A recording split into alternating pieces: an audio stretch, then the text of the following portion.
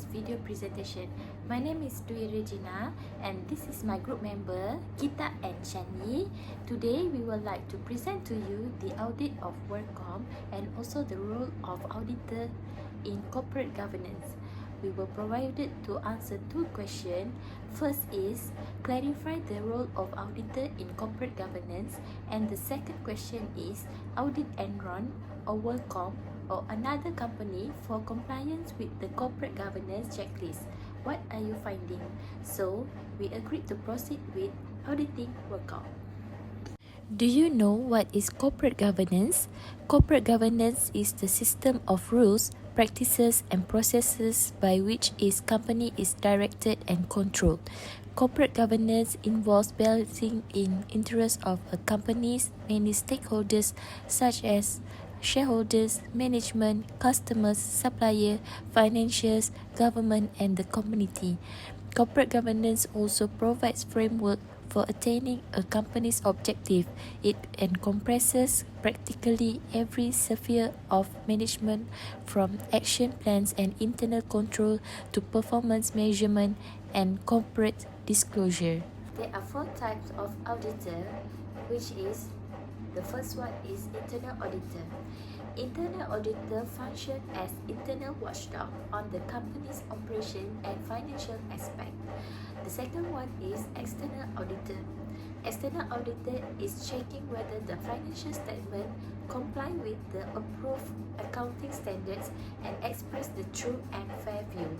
The third one is government auditor. Government auditor is to audit financial statements of the government or public sector. And the last one is forensic auditor. Forensic auditor is to detect fraudulent activities. There are several roles of auditor in corporate governance. Let me explain three roles of auditor in corporate governance. The first one is reviewing financial statement. Auditor independently examine a company's financial statements to verify their accuracy and ensure they comply with accounting standards. This is promotes transparency and build trust in the company's financial health. This independence is crucial as it ensures that the auditor's findings and opinions are unbiased. The second role is ensuring accountability. By verifying financial statement, auditor hold management accountable for the company's financial performance and resources utilization. This process helps to deter mismanagement, promote responsible decision-making, and enhance overall corporate governance. By providing stakeholders with reliable financial information, auditors support the sustainable growth and integrity of the company. The third role of auditor in corporate governance is communication with stakeholders. Auditors communicate their findings, including any concern about the financial health or governance practices, to the board of directors, audit committee, and shareholders. Their report enhance transparency and provide stakeholders with the information needed to make informed decisions. We are going deeper. Now we are moving to the third part of the presentation, which is introduction to the Worldcom.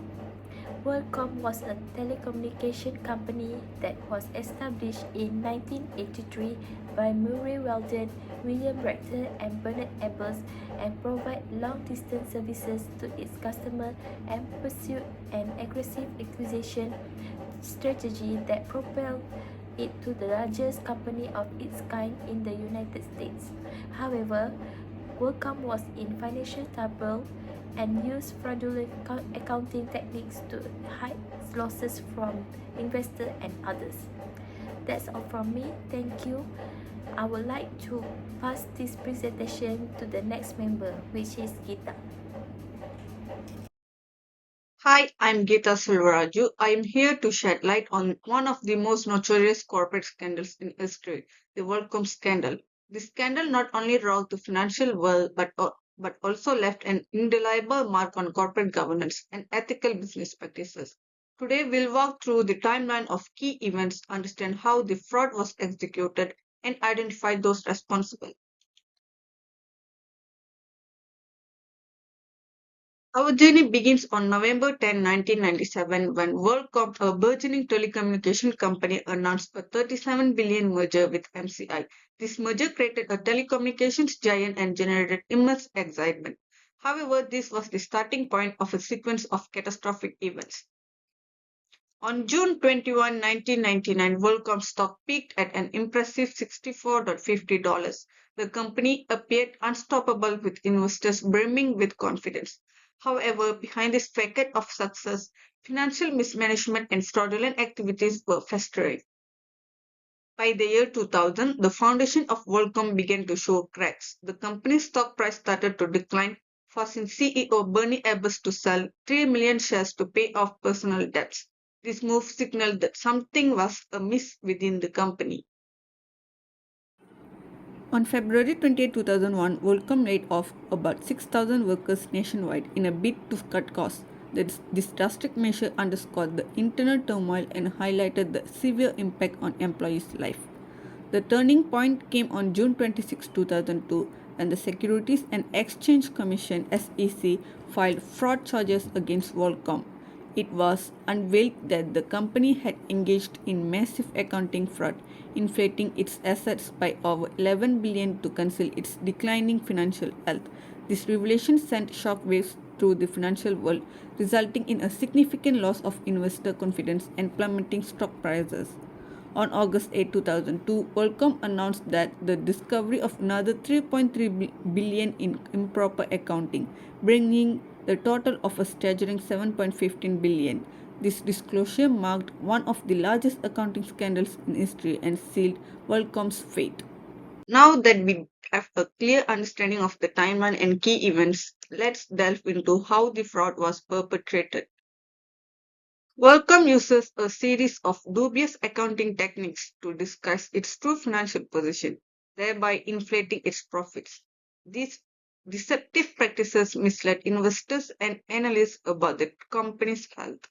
These techniques led to billions of dollars in capital expenditure being improperly recorded on the books. By misclassifying these expenditures, Worldcom concealed significant expenses and presented a healthier financial picture than was accurate. In a desperate bid to mask its declining profitability, Worldcom inflated its net income and cash flow by recording regular expenses as investments.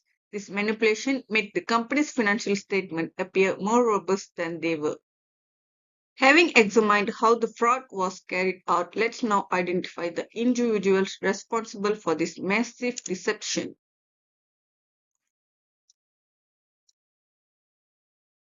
John Sigmore, who assumed the role of CEO after Bernie Ebbers, blamed the company's former CFO Scott Sullivan and the former controller David Myers for the fraudulent activities. Scott Sullivan, the former CFO, and David Myers, the former controller, were fired for their roles in the fraud. They had claimed 3.8 billion in regular expenses as capital investments in 2001, which was a pivotal part of the fraudulent scheme. Bernie Ebbers, the founder of Worldcom, claimed he was unaware of the accounting problems, although his leadership came under heavy scrutiny. He has not been charged in connection with the scandal. From here, my friend will take over.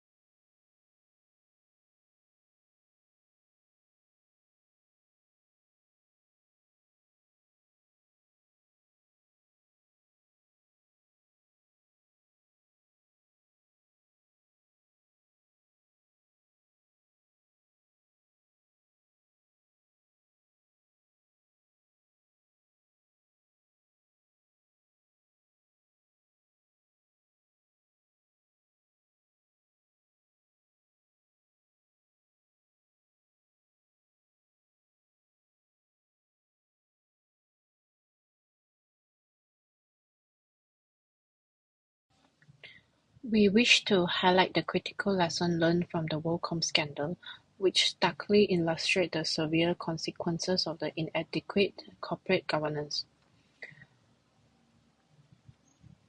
Board failures. Worldcom board was dominated by its executive, lacking independent oversight. This allowed unethical practices to go unnoticed and unchecked. Inactive audits. The audits at Worldcom were inadequate. They failed to detect financial manipulation, letting misleading financial statements persist, and hide the company's true financial condition. Financial deception. Worldcom leadership manipulated financial reports to present a false image of success. This deception misled investors and stakeholders, driven by short-term executive gains. In order to move forward to prevent such failures, we must strengthen board independence, ensure the boards have independent directors to provide unbiased oversight, enforce rigorous audits. Audits must be true and objective to ensure accurate financial reporting. Promote financial transparency. Companies should commit to clear and honest financial disclosure. By embracing this principle, we can safeguard against future corporate failures and maintain trust in our financial system.